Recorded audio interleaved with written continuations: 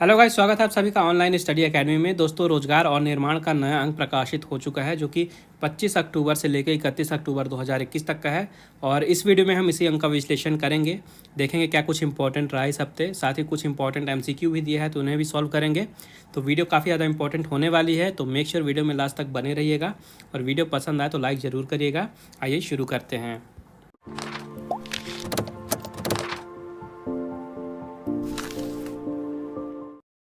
सबसे पहले देखते हैं पिछले सप्ताह में क्या कुछ इंपॉर्टेंट रहा है। तो 16 अक्टूबर की न्यूज़ है। यहाँ पे डीआरडीओ ने ड्रोन रोधी जो तकनीक है इसको हस्तांतरित किया है।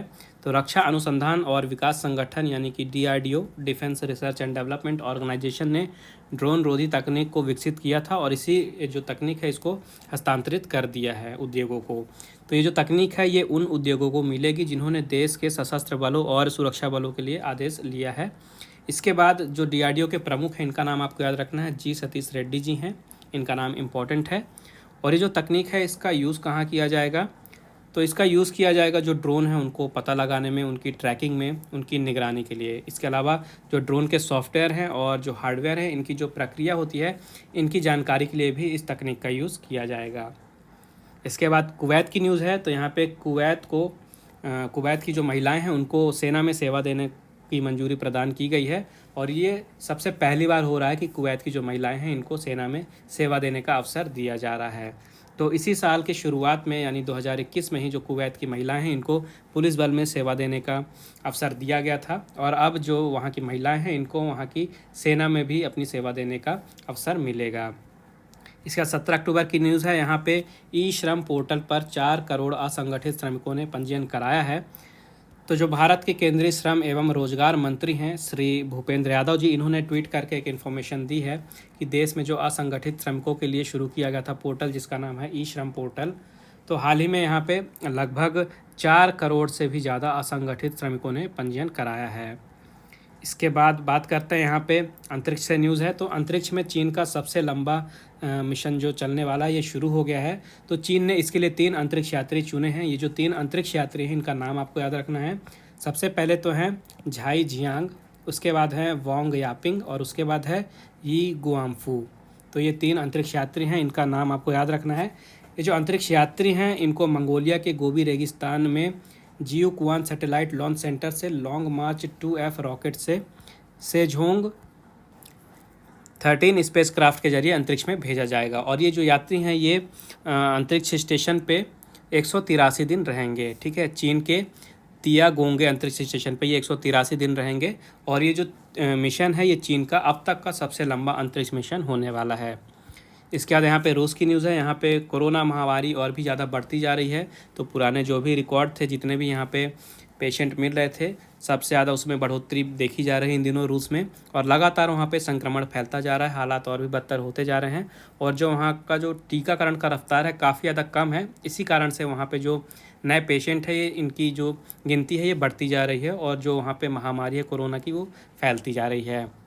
आगे देखते हैं यहाँ पर 18 अक्टूबर की न्यूज़ है CBSE से।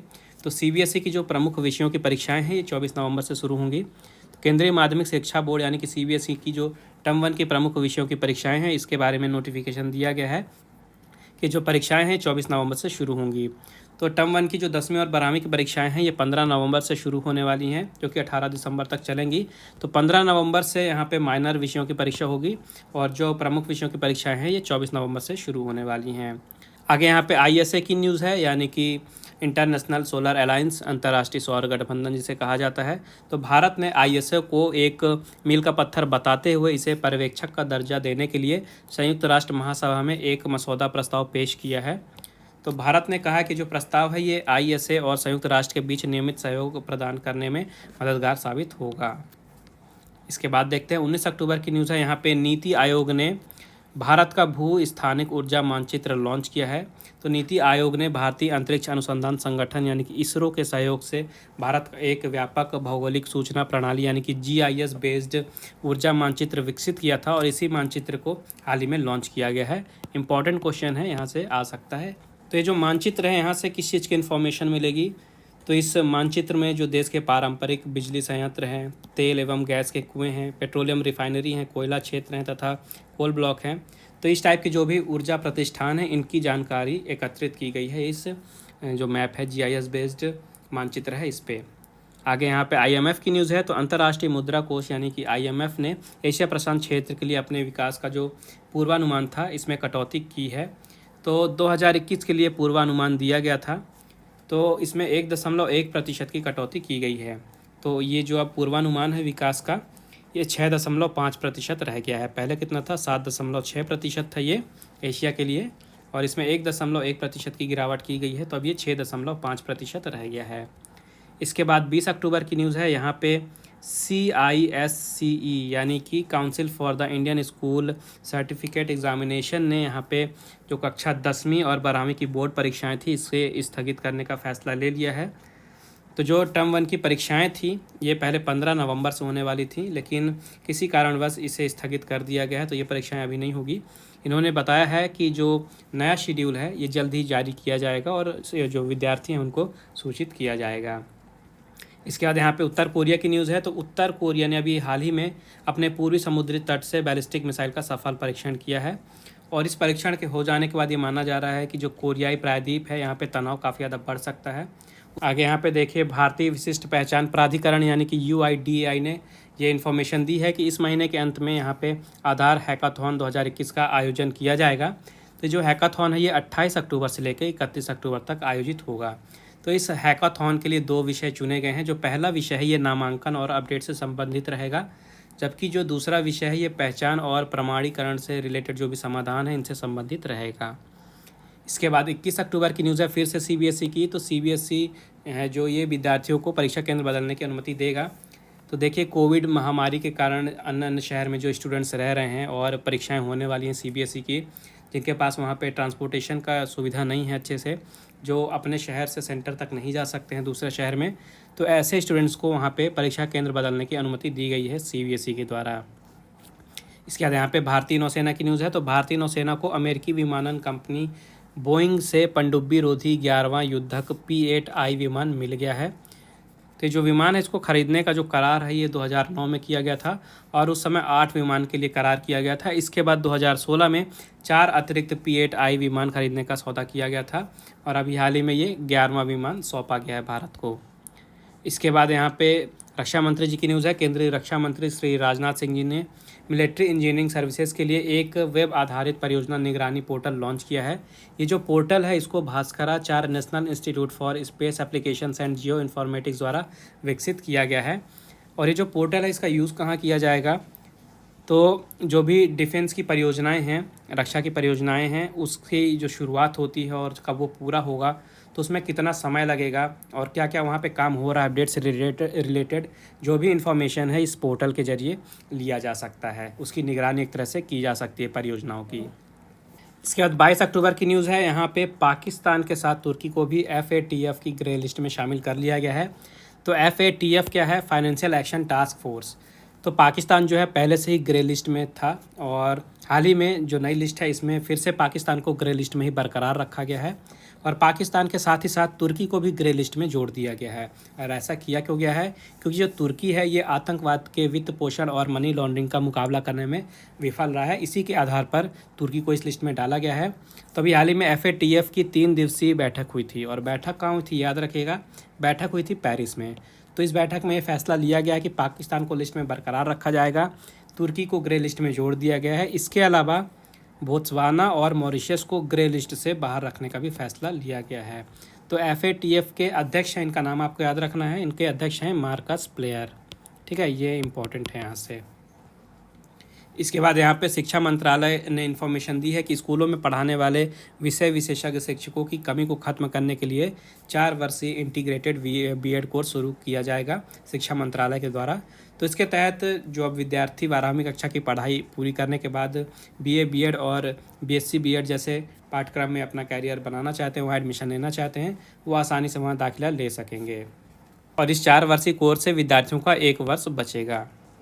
इसके बाद देखिए एक इम्पॉर्टेंट न्यूज़ है यहाँ से, इम्पॉर्टेंट डे की। तो 24 अक्टूबर को मनाया जाता है संयुक्त राष्ट्र स्थापना दिवस यानी कि यूनाइटेड नेशंस डे। ठीक है, संयुक्त राष्ट्र काफ़ी ज़्यादा इम्पॉर्टेंट टॉपिक है। आप इंडिया का कोई सा भी एग्ज़ाम ले लीजिए, हर एक एग्ज़ाम में यहाँ से क्वेश्चन बनता ही बनता है संयुक्त राष्ट्र से, तो काफ़ी ज़्यादा इम्पॉर्टेंट रहने वाला है। आइए जानते हैं कुछ संयुक्त राष्ट्र से रिलेटेड इम्पॉर्टेंट पॉइंट्स। तो सबसे पहली बात कि इसकी स्थापना कब हुई थी, तो इसकी स्थापना हुई थी 24 अक्टूबर 1945 को, ये आपको याद रखना है। उसके बाद हर साल 24 अक्टूबर को इसका स्थापना दिवस मनाया जाता है और इस साल हम 76वीं वर्षगांठ मना रहे हैं इसकी, ये पॉइंट्स आपको याद रखना है। इसके बाद 2021 के लिए थीम क्या रखी गई है, तो थीम रखी गई है building back together for a peace and prosperity, a symbol of hope for global unity. ये 2021 की थीम है, यानी कि शांति और समृद्धि के लिए एक संग मिलकर कार्य करना वैश्विक एकता के लिए उम्मीद का प्रतीक है। तो आपको थीम भी याद रखनी है। इसके अलावा संयुक्त राष्ट्र के महासचिव कौन हैं, ये हैं एंटोनियो गुटेरेस। संयुक्त राष्ट्र के महासचिव कौन हैं, एंटोनियो गुटेरेस। और इनका नाम इम्पोर्टेंट क्यों है, क्योंकि हाल ही में कुछ ही महीनों पहले मैंने आपको बताया था कि इन्हें दूसरे कार्यकाल के लिए फिर से चुन लिया गया है। इसके बाद संयुक्त राष्ट्र के 6 प्रमुख अंग कौन से हैं, इनका नाम आपको याद रखना है। तो संयुक्त राष्ट्र महासभा, संयुक्त राष्ट्र सुरक्षा परिषद, इसके बाद संयुक्त राष्ट्र आर्थिक तथा सामाजिक परिषद जिसे इकोसॉक कहा जाता है शॉर्ट में, इसके बाद है संयुक्त राष्ट्र न्याय परिषद, ये आपको याद रखना है, और है अंतर्राष्ट्रीय न्यायालय, संयुक्त राष्ट्र सचिवालय। तो ये 6 अंग हैं संयुक्त राष्ट्र के, इम्पॉर्टेंट इनके नाम आपको याद रखने हैं। इसके अलावा संयुक्त राष्ट्र का हेडक्वार्टर कहाँ है, मुख्यालय कहाँ है, तो ये है न्यूयॉर्क में, ये आपको याद रखना है। एक और पॉइंट पूछा जाता है कि संयुक्त राष्ट्र की आधिकारिक भाषाएं यानी कि ऑफिशियल लैंग्वेजेस कितनी हैं, तो ये हैं 6। कौन कौन सी हैं, अरेबिक यानी कि अरबी, चाइनीज़, इंग्लिश, इंग्लिश के अलावा फ्रेंच यानी कि फ्रांसीसी, फिर है रशियन और स्पेनिश। तो ये 6 ऑफिशियल लैंग्वेजेस हैं यूनाइटेड नेशंस की, ये आपको याद रखने हैं। इसके अलावा संयुक्त राष्ट्र महासभा की अध्यक्ष कौन है, तो इस साल 76वीं महासभा है संयुक्त राष्ट्र की और इसके अध्यक्ष हैं अब्दुल्ला शाहिद। अब्दुल्ला शाहिद है कहाँ से, ये है मालदीव से, तो ये पॉइंट आपको याद रखना है। उसके अलावा संयुक्त राष्ट्र के मेंबर कितने हैं, तो देखिए 193 मेंबर हैं और 2 ऑब्जर्वर स्टेट हैं, ठीक है। 193 मेंबर्स हैं और 2 ऑब्जर्वर स्टेट हैं। ऑब्जर्वर स्टेट क्या होते हैं, ये जो हैं ये जो भी मीटिंग वगैरह होती है यहाँ पार्टिसिपेट कर सकते हैं, सिर्फ देख सकते हैं, ऑब्जर्व कर सकते हैं, कुछ कर नहीं सकते इसके अलावा। तो 2 को ऑब्जर्वर स्टेट का दर्जा दिया गया और 193 मेंबर्स हैं और जिसमें भारत भी शामिल है। तो ये पॉइंट्स आपको संयुक्त राष्ट्र से याद रखने हैं, काफ़ी ज़्यादा इंपॉर्टेंट पॉइंट है हर एक एग्ज़ाम के पॉइंट ऑफ व्यू से। इसके अलावा ये पॉइंट याद रखिएगा, संयुक्त राष्ट्र महासभा की पहली महिला अध्यक्ष कौन थी, तो ये थी विजय लक्ष्मी पंडित, ठीक है। संयुक्त राष्ट्र महासभा की पहली महिला अध्यक्ष थी विजय लक्ष्मी पंडित। तो यहाँ पे देखिए अगले पेज में दिया हुआ है स्कूल शिक्षा विभाग राज्य शैक्षिक अनुसंधान एवं प्रशिक्षण परिषद का एक विज्ञापन, जो कि राष्ट्रीय प्रतिभा खोज प्रथम चयन परीक्षा है 2021-22 की। तो जो प्रथम परीक्षा है ये 16 जनवरी को होगी और जो द्वितीय स्तर की परीक्षा है ये 12 जून को होगी। ये जो परीक्षा है ये NCERT नई दिल्ली द्वारा आयोजित की जाती है, जो कि कक्षा 10वीं के छात्रों के लिए आयोजित की जाती है। तो अगर आप इंटरेस्टेड हैं या आपके फैमिली में कोई इसमें इंटरेस्टेड है तो इसकी जो ज़्यादा डिटेल में इंफॉर्मेशन है आपको नोटिफिकेशन में मिल जाएगी, आपको नोटिफिकेशन इसके PDF में मिल जाएगा और जो PDF है वो आपको ऑनलाइन स्टडी एकेडमी के टेलीग्राम चैनल पे मिल जाएगा, आप वहाँ से डाउनलोड कर सकते हैं। और जो टेलीग्राम चैनल है उसकी लिंक आपको डिस्क्रिप्शन बॉक्स में मिल जाएगी। टेलीग्राम चैनल पे आपको इसका PDF मिल जाएगा, इसके अलावा आपको अलग अलग स्टडी मटेरियल मिल जाएंगे आपके एग्ज़ाम से रिलेटेड इंपॉर्टेंट, एक ही प्लेस पे अलग अलग न्यूज़पेपर हैं, मैगजीन है, उनके PDF मिल जाएंगे। इसके अलावा आप इंस्टा पे भी फॉलो कर सकते हैं, इंस्टा पे आपको रेगुलरली डेली बेसिस पे डेली वोकैब मिल जाता है, डेली GK मिल जाता है और डेली करंट अफेयर भी मिल जाते हैं। तो मेक श्योर इंस्टा और टेली पे भी ज़रूर ज्वाइन करिएगा, दोनों की लिंक आपको डिस्क्रिप्शन में मिल जाएगी। फिलहाल आगे बढ़ते हैं। इसके बाद देखिए संचालनालय गैस राहत एवं पुनर्वास शिवाजी नगर भोपाल से नोटिफिकेशन आया है, जो कि चिकित्सा अधिकारियों की संविदा नियुक्ति की जो आवेदन की अंतिम तिथि थी इसमें वृद्धि की गई है, उससे रिलेटेड है। तो जो अंतिम तिथि है इसे बढ़ा दिया गया है, नई तिथि है 12 नवंबर 2021। तो जिन लोगों ने भी अप्लाई किया था या जिन्हें अभी भी अप्लाई करना है तो आप इसके बारे में डिटेल में पढ़ सकते हैं नोटिफिकेशन में। इसके बाद यहाँ पे शासकीय पॉलिटेक्निक महाविद्यालय नरसिंहपुर का नोटिफिकेशन है, यहाँ पे गेस्ट फैकल्टी के लिए रिक्रूटमेंट का नोटिफिकेशन निकला है, इसके बारे में भी आप पढ़ सकते हैं, जो कि कंप्यूटर साइंस इंजीनियरिंग और फिज़िक्स और MSc फिज़िक्स के लिए यहाँ पे गेस्ट फैकल्टी का रिक्वायरमेंट है। इसके बाद बात करते हैं एक और नोटिफिकेशन है, यहाँ पे ये जो नोटिफिकेशन आया है ये भी शासकीय पॉलिटेक्निक महाविद्यालय नरसिंहपुर से ही आया है। तो यहाँ पे सुरक्षा गार्ड के संबंध में जो निविदा विज्ञप्ति है इसके संबंध में नोटिफिकेशन जारी किया गया है, तो जो लोग भी इसमें अप्लाई कर सकते हैं, ये अंतिम तिथि है यहाँ पे 10 नवंबर 2021। तो इसके बारे में भी अगर आप एलिजिबल हैं या इंटरेस्टेड हैं तो नोटिफिकेशन में पढ़ लीजिएगा। फिलहाल आगे बढ़ते हैं। अब आगे देखिए, यहाँ पे देखते हैं चर्चा में कौन कौन इम्पोर्टेंट रहे हैं इस हफ्ते। आइए एक एक करके देखते हैं। तो सबसे पहले हैं रुमेसा गेल्गी। ठीक है, रुमेसा गेल्गी ये दुनिया की सबसे लंबी महिला बनी है और इन्होंने विश्व रिकॉर्ड बनाया है। इस कारण से इनका नाम न्यूज़ में है और इम्पॉर्टेंट है। ये तुर्की की रहने वाली हैं ये रुमेसा गेल्गी। इनकी उम्र है 24 वर्ष और इनकी जो लंबाई है ये 215.6 सेंटीमीटर है और ये दुनिया की सबसे लंबी महिला बन गई हैं। इनका नाम आपको याद रखना है। आगे हैं विलियम शॉर्टनर। तो विलियम शॉर्टनर न्यूज़ में क्यों हैं? क्योंकि ये हाल ही में अंतरिक्ष पे गए थे और अंतरिक्ष में जाने वाले ये सबसे उम्र दराज व्यक्ति बन गए हैं। कौन है? William shortener. तो मशहूर टेलीविज़न सीरियल स्टार ट्रैक के किरदार कैप्टन कर्क यानी कि विलियम शॉर्टनर अंतरिक्ष में जाने वाले दुनिया के सबसे उम्र दराज व्यक्ति बन गए हैं। तो हाल ही में बेजोस का न्यू शेपर्ड यान जो है ये अंतरिक्ष में गया था और ये अन्य 3 यात्रियों के साथ अंतरिक्ष में गए थे। धरती से 99.77 किलोमीटर की ऊंचाई पे इन्होंने 3 मिनट भारहीनता में बिताए थे और धरती पर लौटने के बाद जो ये हैं तो विलियम शॉर्टनर अंतरिक्ष में जाने वाले सबसे उम्रदराज व्यक्ति बन गए हैं। इसके बाद है अमित खरे। तो ये प्रधानमंत्री के सलाहकार नियुक्त हुए हैं अमित खरे जी। इनका नाम आपको याद रखना है। इसके अलावा ये उच्च शिक्षा सचिव भी रह चुके हैं और हाल ही में इन्हें प्रधानमंत्री श्री नरेंद्र मोदी जी का सलाहकार नियुक्त किया गया है। आगे देखते हैं, यहाँ पे आईआईटी हैदराबाद से न्यूज़ है। तो यहाँ पे पराली की ईंटों से गार्ड रूम बनाया गया है। तो आईआईटी हैदराबाद के पीएचडी स्कॉलर हैं प्रियव्रत राउत रॉय और भुवनेश्वर के आईआईटीएम स्कूल ऑफ आर्किटेक्चर के शिक्षक हैं आविक रॉय। तो इन दोनों ने मिल के पराली से बायोब्रिक बनाई है, यानी कि बायो ईंट बनाई है जिसका यूज़ किया जा सकता है घर बनाने में। अभी शुरुआती फेज़ में इन्होंने इसका यूज़ करके एक गार्ड रूम बनाया है। तो इस ईंट की खासियत क्या है?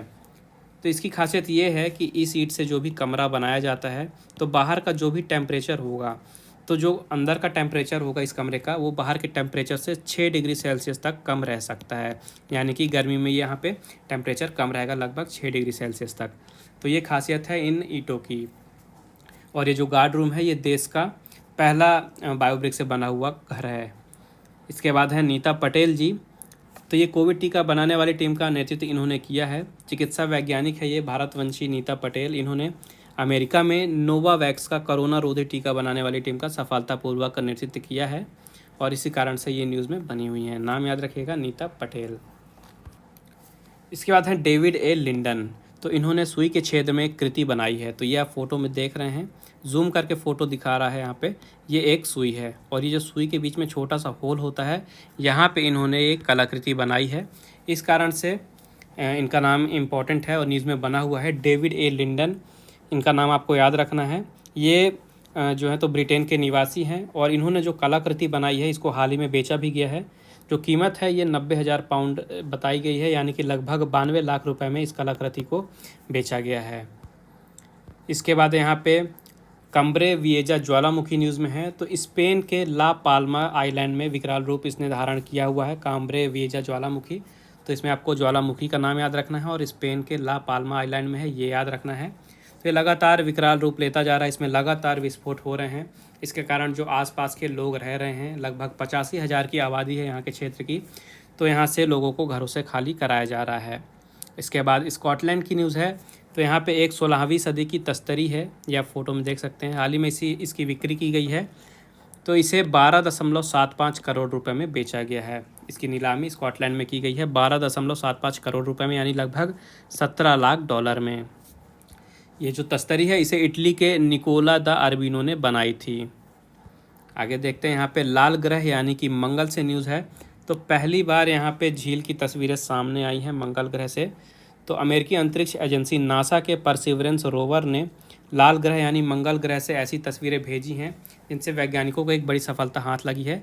और आप सभी ने कई बार सुना होगा, पहले भी वैज्ञानिकों का मानना था कि जो मंगल ग्रह है यहाँ पे पानी के सबूत मिले हैं। तो हाल ही में ये सबसे पहली बार हुआ है कि वहाँ से झील की तस्वीरें भेजी गई हैं, जिससे इसमें और भी ज़्यादा जो प्रूफ है वो और भी ज़्यादा स्ट्रॉन्ग हो गए हैं। जो पुराने दावे हैं और भी ज़्यादा स्ट्रॉन्ग हो गए हैं कि हाँ मंगल ग्रह पर पानी था। इसके बाद हैं ट्रेविस लुडलो। ट्रेविस लुडलो क्यों न्यूज़ में है? क्योंकि ये अकेले उड़ान भरने वाले सबसे कम उम्र के व्यक्ति बने हैं। तो ये ब्रिटेन के हैं ट्रेविस लुडलो, इनकी उम्र है 18 वर्ष और ये दुनिया भर में अकेले उड़ान भरने वाले सबसे कम उम्र के व्यक्ति बन गए हैं।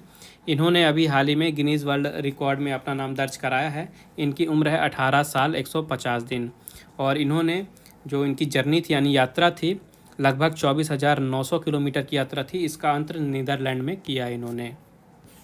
इसके बाद देखिए न्यूज़ में डॉक्टर रुक्मणी और प्रोफेसर एरिक हनुशेक, ये इम्पॉर्टेंट है काफ़ी ज़्यादा क्योंकि इन्हें हाल ही में 2021 के ईदान पुरस्कार से सम्मानित किया गया है। तो नाम याद रखिएगा, डॉक्टर रुक्मणी बनर्जी और प्रोफेसर एरिक हनुशेक, इनको 2021 के ईदान पुरस्कार से सम्मानित किया गया है। और ये पुरस्कार जो है इतना इम्पोर्टेंट क्यों है? क्योंकि ये शिक्षा जगत से जुड़ा सबसे बड़ा सबसे सर्वोच्च सम्मान माना जाता है। कौन सा? ईदान पुरस्कार। किसे दिया गया है? डॉक्टर रुक्मणी बनर्जी और प्रोफेसर एरिक हनुशेक को। इसके बाद आगे देखते हैं अलीशा गढ़िया। तो अलीशा गढ़िया क्यों न्यूज़ में है? तो इन्हें daily point of light award के लिए चुना गया है। तो वनों की कटाई रोकने और जलवायु परिवर्तन के मुद्दे पर लोगों को जागरूक करने के लिए अभियान चलाया इन्होंने। इसके बाद हैं डैनियल क्रेग।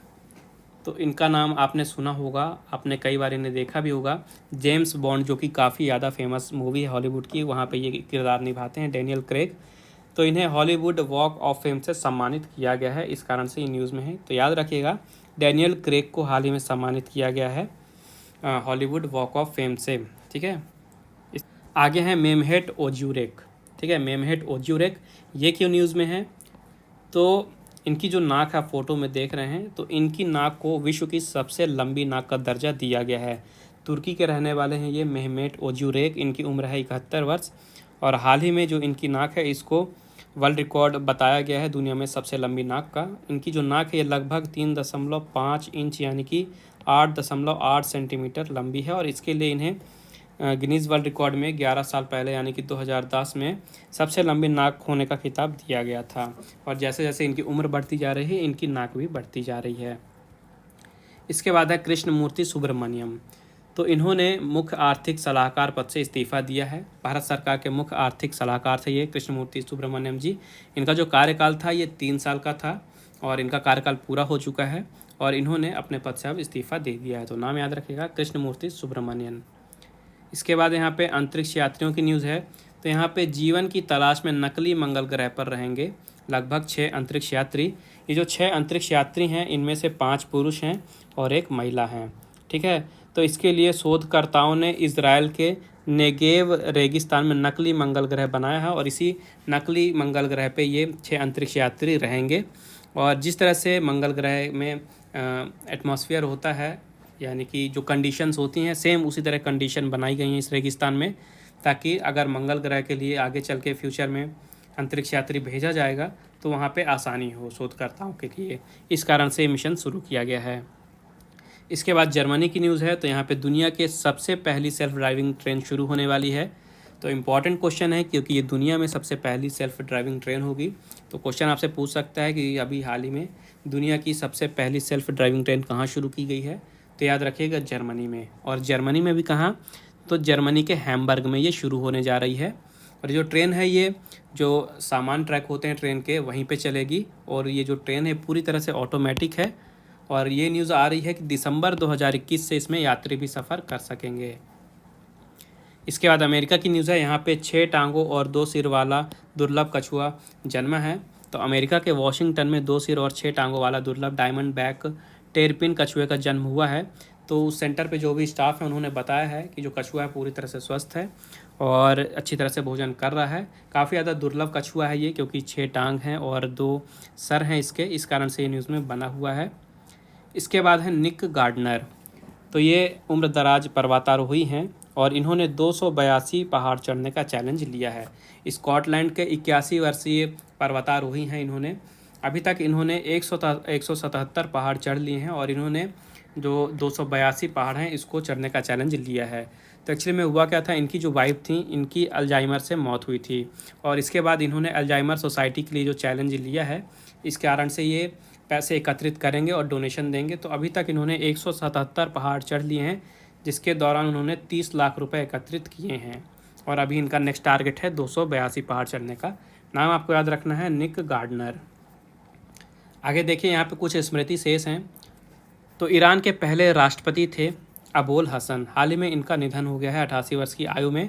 और क्योंकि ये ईरान के पहले राष्ट्रपति थे इसलिए इम्पोर्टेंट नाम बन जाता है आपके लिए। तो नाम आपको याद रखना है अबोल हसन, ठीक है।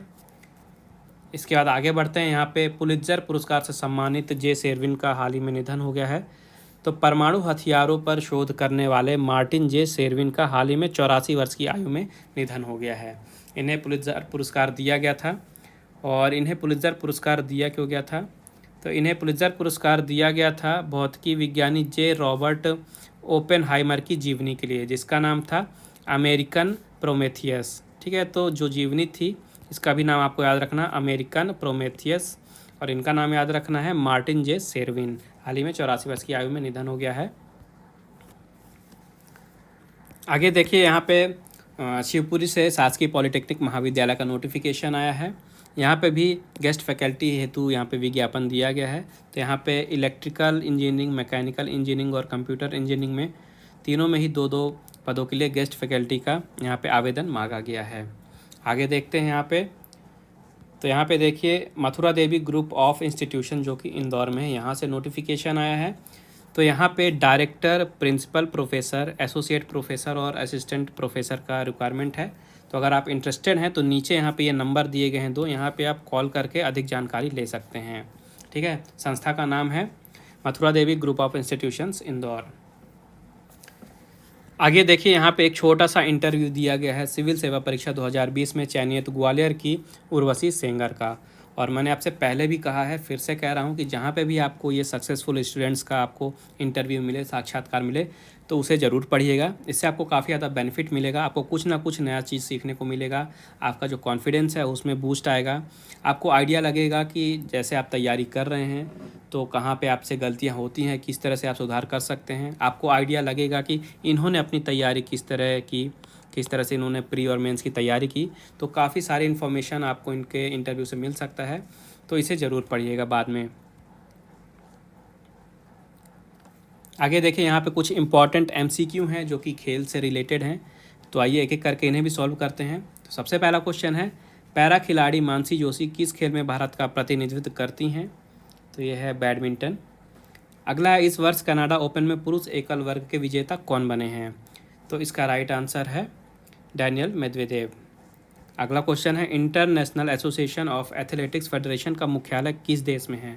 तो इसका राइट आंसर हो जाएगा आपका मोनाको।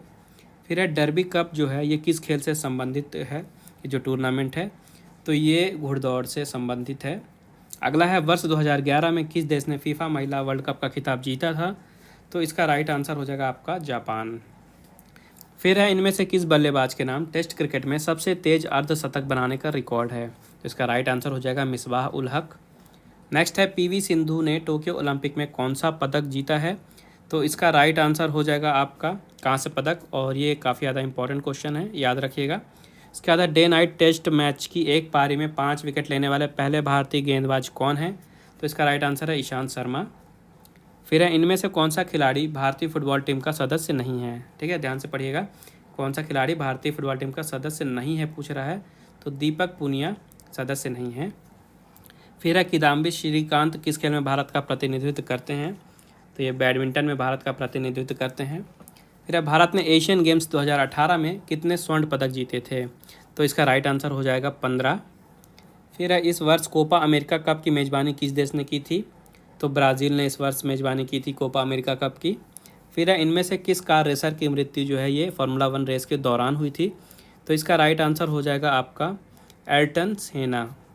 फिर है, मार्गरेट कोर्ट ने ऑस्ट्रेलियन ओपन में कितनी बार महिला एकल का खिताब जीता है? तो इसका राइट आंसर हो जाएगा आपका 11 बार। इसके बाद है, टोक्यो ओलंपिक में पुरुषों की 400 मीटर हर्डल रेस में स्वर्ण पदक के विजेता कौन थे? तो इसका राइट आंसर हो जाएगा आपका क्रिस्टिन वारहोम। फिर इस वर्ष वर्ल्ड रेसलिंग चैंपियनशिप किस शहर में आयोजित की गई थी? तो इसका राइट आंसर हो जाएगा आपका ओस्लो, जो कि नॉर्वे में है। नेक्स्ट है, वर्ष 2019 में किस देश ने फीफा अंडर-20 वर्ल्ड कप जीता था? तो इसका राइट आंसर हो जाएगा यूक्रेन। इसके बाद है, इस वर्ष Russian grand prix formula 1 race के विजेता कौन थे? तो इसका राइट आंसर हो जाएगा लुइस हैमिल्टन। नेक्स्ट है, कुमार संगकारा ने टेस्ट क्रिकेट में कितने दोहरे शतक बनाए हैं? तो इसका राइट आंसर हो जाएगा आपका 11।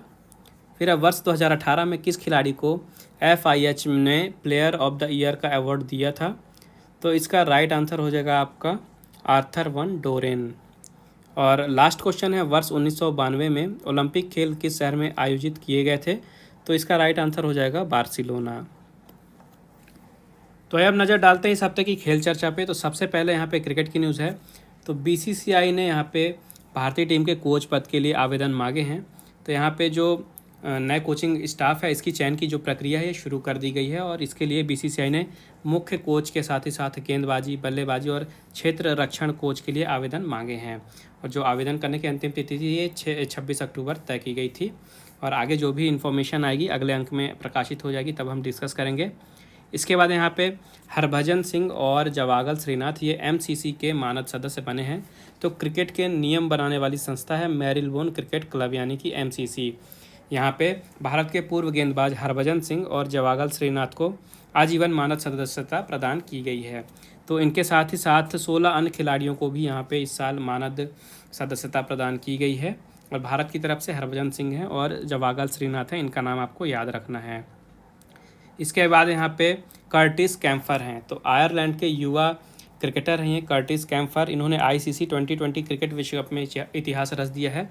इन्होंने विश्व कप के क्वालिफाइंग राउंड में नीदरलैंड के खिलाफ 4 गेंदों में 4 विकेट झटके हैं और T20 विश्व कप के इतिहास में कारनामा करने वाले कैम्फर जो हैं विश्व के पहले गेंदबाज बन गए हैं। इसके बाद आगे देखते हैं, यहाँ पे न्यूजीलैंड सीरीज़ की बात हो रही है। तो भारतीय क्रिकेट टीम के पूर्व कप्तान राहुल द्रविड़ न्यूजीलैंड के खिलाफ जो आगामी घरेलू सीरीज़ होने वाली है, तो इसके लिए टीम इंडिया के अंतरिम कोच के रूप में इन्हें नियुक्त किया गया है, ठीक है, राहुल द्रविड़ को। इसके बाद यूथ नेशनल सेलिंग चैम्पियनशिप 2021 की बात कर लेते हैं। तो यहाँ पे मुंबई में याचिंग एसोसिएशन ऑफ इंडिया द्वारा आयोजित की गई थी यूथ नेशनल सेलिंग चैम्पियनशिप 2021 की। यहाँ पे मध्य प्रदेश की तरफ से खिलाड़ियों ने 8 पदक जीते हैं टोटल, जिसमें से 3 स्वर्ण हैं, 4 रजत हैं और 1 कांस्य पदक हैं। टोटल 8 पदक जीते हैं यहाँ पे मध्य प्रदेश के खिलाड़ियों ने। तो ये जो चैम्पियनशिप थी ये आयोजित कहाँ की गई थी? मुंबई में आयोजित की गई थी, ये आपको याद रखना है। तो चैम्पियनशिप में रितिका दांगी ने लेजर 4.7 इवेंट में स्वर्ण पदक जीता है। इसके अलावा नेहा ठाकुर ने इसी इवेंट में रजत पदक जीता। इसके अलावा जो इवेंट है ये एशियन गेम्स के चैन ट्रायल का दूसरा दौर भी माना जा रहा है। उसके बाद ऑप्टिमिस्ट ओवरऑल में एकलव्य बौथम ने स्वर्ण पदक अपने नाम किया है। इसी स्पर्धा में बालिका वर्ग में दिव्यांशी मिश्रा ने ओवरऑल तीसरे स्थान पर रहते हुए रजत पदक मध्य प्रदेश को दिलाया है। 420 मिक्स्ड क्लास इवेंट में स्वर्ण, रजत और कांस्य पदक भी मध्य प्रदेश की झोली में ही आए हैं। और इस इवेंट में नैन्सी राय और अनिराज सेंधव की जोड़ी ने स्वर्ण, विद्यांशी मिश्रा और मनीष शर्मा को रजत तथा पुष्कर बामरे तथा वंशिका सिंह परिहार ने कांस्य पदक जीते हैं। इसके बाद अंडर 12 ऑप्टिमिस्ट क्लास में शगुन झा ने रजत पदक मध्य प्रदेश को दिलाया है। इसके बाद यहाँ पे इंडियन वेल्स ओपन में नौरी और बडोसा चैंपियन बनी हैं। तो है क्या इंडियन वेल्स ओपन, आइए देखते हैं। तो यहाँ पे इंडियन वेल्स ओपन जो है ये एक टेनिस टूर्नामेंट है और इस साल का जो टूर्नामेंट था इसमें कोरोना महामारी के कारण जो बड़े खिलाड़ी थे इन्होंने पार्टिसिपेट नहीं किया। तो यहाँ पे पुरुष एकल की बात करते हैं तो ब्रिटेन के युवा टेनिस खिलाड़ी हैं कैमरन नॉरी, इन्होंने पुरुष एकल का खिताब जीता है। और वहीं महिला एकल की बात करते हैं तो महिला एकल का जो खिताब है इसे जीता है बडोसा ने। स्पेन की पाउला बडोसा ने महिला एकल का खिताब जीता है इस साल का। तो पुरुष एकल में जीते हैं कैमरन नॉरी और महिला एकल में जीते हैं पाउला बडोसा। इन दोनों का जो नाम है आपको याद रखना है। इसके बाद बांग्लादेश के अनुभवी गेंदबाज हैं, ऑलराउंडर है शकीब अल हसन। ये T20 में सबसे ज़्यादा विकेट लेने वाले गेंदबाज बन गए हैं, ठीक है। बांग्लादेश के अनुभवी खिलाड़ी हैं शकीब अल हसन। इन्होंने T20 अंतर्राष्ट्रीय क्रिकेट में नया कीर्तिमान रचा है और इन्होंने श्रीलंका के लसित मलिंगा को पीछे छोड़ दिया है। तो अब जो शकीब अल हसन है इनके 89 मैचेस में 111 विकेट हो गए हैं, जो कि T20 क्रिकेट अंतर्राष्ट्रीय T20 क्रिकेट की बात करें तो सबसे ज़्यादा विकेट हैं। इसके पहले यहाँ पे श्रीलंका के मलिंगा का नाम था जिन्होंने 84 मैच में 107 विकेट लिए थे और अब इनके ऊपर आ गए हैं शकीब अल हसन 111 विकेट के साथ। फिर है यहाँ पे सैफ फुटबॉल चैम्पियनशिप। तो इस साल भारत ने जीत लिया सैफ फुटबॉल चैम्पियनशिप और भारत 8वीं बार यहाँ का चैंपियन बन गया है, यानी कि 8वीं बार भारत ने जीती है सैफ फुटबॉल चैम्पियनशिप। तो भारतीय फुटबॉल टीम ने दक्षिण एशिया फुटबॉल एसोसिएशन द्वारा आयोजित सैफ चैंपियनशिप में अपना दबदबा बरकरार रखा हुआ है और 8वीं बार ये जो टूर्नामेंट है इसे जीत लिया है। टूर्नामेंट के फाइनल में भारत ने नेपाल को 3-0 से हराया है। इसके अलावा आपको भारतीय टीम के जो कप्तान थे सुनील छेत्री, इनके बारे में याद रखना है। इन्होंने अंतर्राष्ट्रीय मैचों में गोल करने के मामले में लियोनेल मेसी की बराबरी कर ली है। दोनों ने 80-80 गोल किए हैं अभी तक अंतर्राष्ट्रीय फुटबॉल मैचों में। तो काफ़ी बड़ा कीर्तिमान है भारतीय टीम के कप्तान के लिए। लियोनेल मेसी जैसे दिग्गज खिलाड़ी की इन्होंने बराबरी कर ली है अंतर्राष्ट्रीय गोल करने के मामले पे। इसके बाद क्रिकेट का ही एक टूर्नामेंट है एशिया कप, ठीक है, जहाँ पे एशिया की जो भी टीमें हैं वो पार्टिसिपेट करती हैं। तो जो 2023 में एशिया कप होने वाला है, इसकी मेज़बानी करेगा पाकिस्तान। तो ये आपको याद रखना है, पाकिस्तान मेज़बानी करेगा 2023 एशिया कप की। इसके बाद यहाँ पे आगे देखते हैं IPL 2021 का यहाँ पे न्यूज़ है। तो आप सभी को पता है कि IPL यानी कि इंडियन प्रीमियर लीग अभी चल रहा था। तो आधा जो टूर्नामेंट था पहले भारत में खेला गया था, और जो पैंडमिक आई थी, कोरोना के बाद लॉकडाउन लगा, तो आधा जो टूर्नामेंट था इसे स्थगित कर दिया गया था। और हाल ही में UAE में इसे फिर से शुरू किया गया था, दुबई में। तो हाल ही में इसका समापन हुआ है और चेन्नई सुपर किंग्स ने जीत लिया है 2021 का IPL का टूर्नामेंट, ठीक है। तो चेन्नई सुपर किंग ने चौथी बार इस टूर्नामेंट को जीता है। चेन्नई सुपर किंग ने हराया किसको फाइनल में? तो चेन्नई सुपर किंग ने फाइनल में हराया है कोलकाता नाइट राइडर्स को। तो फाइनल में याद रखिएगा Chennai super Kings versus Kolkata night Riders हुआ था, जिसमें चेन्नई सुपर किंग ने KKR को हरा के इस साल का टूर्नामेंट जीत लिया है। इसके बाद 2010 में, 2011 में और 2018 में भी चेन्नई ने इस खिताब को जीता था, ये आपको याद रखना है। और इसके बाद चेन्नई सुपर किंग के प्लेयर थे ऋतुराज गायकवाड़। इन्हें ऑरेंज कैप दिया गया है। ऑरेंज कैप किसे दिया जाता है? ऑरेंज कैप दिया जाता है जो टूर्नामेंट में सबसे ज़्यादा रन बनाता है। तो इन्होंने सबसे ज़्यादा 635 रन बनाए थे, इसलिए इन्हें इस साल का ऑरेंज कैप दिया गया। वहीं पर्पल कैप दी गई है रॉयल चैलेंजर बेंगलोर के हर्षल पटेल को।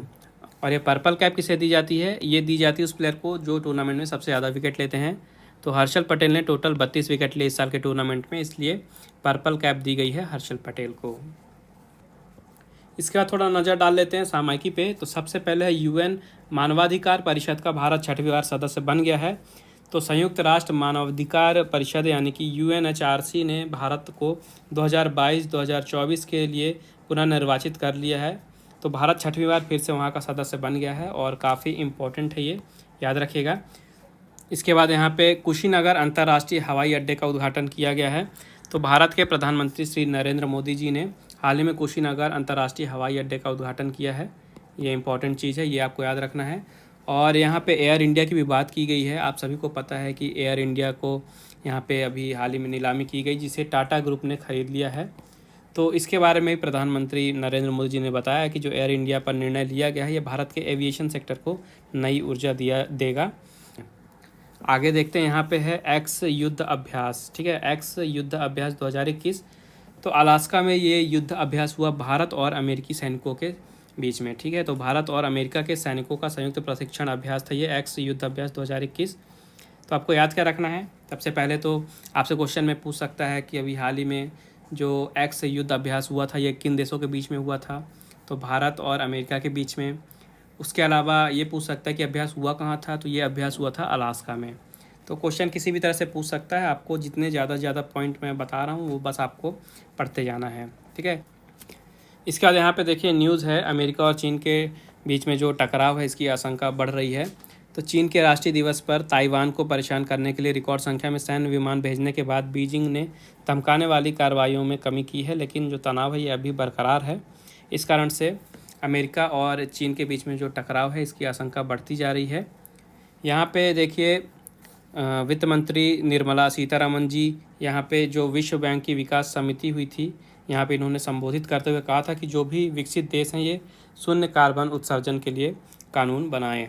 तो भारत ने मांग की है कि जो विकसित देश हैं इनको मौजूदा दशक तक ही शून्य कार्बन उत्सर्जन के लक्ष्य को पूरा कर लेना चाहिए, और इस लक्ष्य को पूरा करने के लिए वहाँ पे कानून भी बनाए जाने चाहिए, ऐसी मांग की है भारत ने। इसके अलावा वित्त मंत्री निर्मला सीतारमन जी ने अंतर्राष्ट्रीय मुद्रा कोष यानी कि IMF की बैठक में कहा है कि जो कोरोना है इसको रोकने के लिए सबका टीकाकरण होना ज़रूरी है। तो हर एक देश, जो भी विकसित देश हैं या कम विकसित देश हैं, तो जहाँ भी कोरोना के ज़्यादा संक्रमण हो रहे हैं तो ज़रूरी यही है कि ज़्यादा से ज़्यादा वहाँ पे टीकाकरण किया जाए, और ये इंश्योर किया जाए कि जितने भी नागरिक हैं सबका वहाँ पे टीकाकरण किया जाना चाहिए। इसके बाद न्यूज़ है यहाँ पे चीन ने परमाणु क्षमता वाली हाइपरसोनिक मिसाइल का टेस्ट किया था, अभी अगस्त में, ऐसा न्यूज़ आ रहा है। तो चीन ने पहली बार परमाणु क्षमता वाली हाइपरसोनिक मिसाइल का टेस्ट किया है। हालांकि ये जो टेस्ट है ये असफल रहा था, सक्सेसफुल नहीं रहा है, लेकिन न्यूज़ में बताया जा रहा है कि चीन ने इसका जो है टेस्टिंग किया था। और ये मिसाइल की खासियत ये थी कि ये आवाज़ के करीब 5 गुना तेज़ी से भी रफ्तार को भरते हुए अपने लक्ष्य को नष्ट कर सकती है। इसके बाद यहाँ पे स्विट्ज़रलैंड में भारतीय कला केंद्र स्थापित किया गया है। भारतीय कला केंद्र को ज्यूरिख में स्थित प्रसिद्ध संग्रहालय रिटबर्ग में स्थापित किया गया है स्विट्ज़रलैंड के। तो ये आपको याद रखना है। इसके बाद यहाँ पे भारत और श्रीलंका की न्यूज़ है। तो यहाँ पे संयुक्त सैन्य अभ्यास से दोनों देशों के बीच में तालमेल बढ़ाया जाएगा। तो भारतीय सेना ने कहा है कि भारत और श्रीलंका संयुक्त सैन्य अभ्यास से द्विपक्षीय संबंधों को जो हैं भारत और श्रीलंका के बीच में उनको अधिक से अधिक मजबूती मिलेगी। साथ ही दोनों देशों के बीच में जो सशस्त्र बल हैं इनके बीच में तालमेल को भी बढ़ावा मिलेगा। तो भारतीय सेना और श्रीलंकाई सेना के बीच में एक अभ्यास है जिसका नाम है मित्र शक्ति। ठीक है, मित्र शक्ति 2021 हुआ अभी रिसेंट में, जो कि 8वां संस्करण था और हाल ही में इसका समापन हुआ है। तो ठीक इसी तरह जिस तरह मैंने इंडिया और अमेरिका के बीच का बताया, इसी तरह भारत और श्रीलंका के बीच का भी क्वेश्चन पूछ सकता है कि या तो ये बताइए कि भारत और श्रीलंका के बीच में कौन सी एक्सरसाइज होती है। तो आंसर हो जाएगा मित्र शक्ति। या ये पूछ लेगा कि जो मित्र शक्ति है अभ्यास ये किन दो देशों के बीच में होती है, तो आंसर हो जाएगा भारत श्रीलंका। ठीक है, तो इस तरह से आपको घुमा फिरा के क्वेश्चन पूछता है, आपको हर तरह के क्वेश्चन के लिए तैयार रहना है। और लास्ट पेज में यहाँ पे गर्भवती महिलाओं के लिए स्वास्थ्य योजनाओं के बारे में बताया गया है। योजना है जननी सुरक्षा योजना तथा मुख्यमंत्री श्रमिक सेवा प्रसूति सहायता योजना। तो इन 2 योजनाओं का आपको नाम याद रखना है। और आज का अंक यहीं समाप्त करते हैं। आई होप आपको वीडियो पसंद आई होगी। जितनी भी इंपॉर्टेंट चीज़ें थी, MCQ थी, सब हमने कवर कर लिया आज के अंक का। तो अगर आपको वीडियो यूज़फुल लगी हो तो प्लीज़ वीडियो को लाइक ज़रूर करिएगा, ज़्यादा से ज़्यादा शेयर कीजिए दोस्तों के साथ। और चैनल को अगर अभी तक सब्सक्राइब नहीं किया आपने तो सब्सक्राइब करके बेल आइकन ज़रूर दबा दीजिएगा, ताकि जैसे ही अगला अंक प्रकाशित हो और उसकी वीडियो आए तो सबसे पहले आप तक नोटिफिकेशन आ जाए। उसके अलावा आप टेलीग्राम और इंस्टा पे भी फॉलो कर सकते हैं। दोनों की ही लिंक आपको डिस्क्रिप्शन बॉक्स में मिल जाएगी और दोनों पे आपको स्टडी से रिलेटेड आपके मटेरियल मिल जाएगा इंपॉर्टेंट। तो मेक श्योर वहाँ पे भी ज़रूर फॉलो करें। बाकी मिलते हैं अगले अंक के प्रकाशन के बाद। तब तक के लिए take care and thank you guys.